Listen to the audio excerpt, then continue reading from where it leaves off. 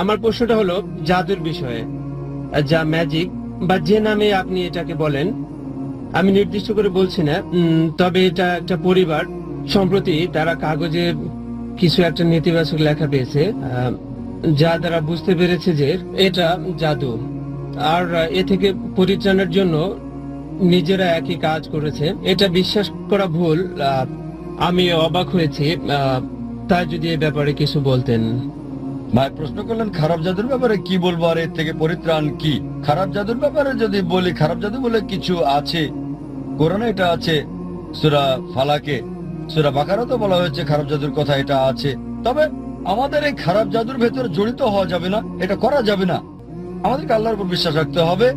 আর প্রতিকারের ব্যাপারে যদি বলেন, শেষ দুটো সূরা মুআদাতিন, সূরা ফালাক, সূরা নাস এজন্যই নাজিল হয়েছে। এই দুটো সূরা খারাপ জাদু থেকে পরিত্রাণের জন্য। এখন একটা বিষয় হচ্ছে, যখন লোকজন মনে করে যে কোনো কিছু ভর করেছে, প্রথম বিষয় হচ্ছে আল্লাহ বলেছেন জ্ঞানীকে জিজ্ঞেস করো। সূরা নাহল অধ্যায় 16 আয়াত 43, সূরা আম্বিয়া অধ্যায় 21 আয়াত 7।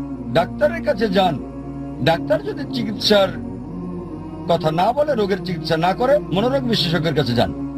আর যাদের এই খারাপ জাদুর প্রভাব পড়ে, তারা ডাক্তার এবং মনোরোগ বিশেষজ্ঞের দ্বারা ভালো হতে পারে। হতে পারে কোনো জিন ভর করতে পারে বা খারাপ জাদুর প্রভাব পড়তে পারে। সেক্ষেত্রে কোরআন এবং সুন্নাহর নির্দেশ মেনে চলতে হবে। তার কাছে যেতে পারেন যে এই ক্ষেত্রে অভিজ্ঞ। তবে আমি না বলে পারছি না, অধিকাংশ লোক যারা দাবি করে যে অভিজ্ঞ, 99%-এরও বেশি ধোঁকাবাজ। আমার মতে 99%-এরও বেশি হবে, এটা আমার পর্যবেক্ষণ। 99%-এরও বেশি যারা বলে খারাপ জাদু দূর করতে পারে, তারা প্রতারক।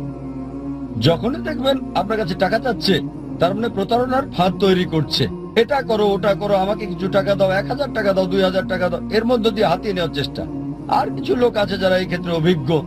এমন দুজনকে আমি চিনি সৌদি আরবে, মাশাআল্লাহ, তারা খুবই জ্ঞানী। অন্য আর কারো কথা আমি জানি না।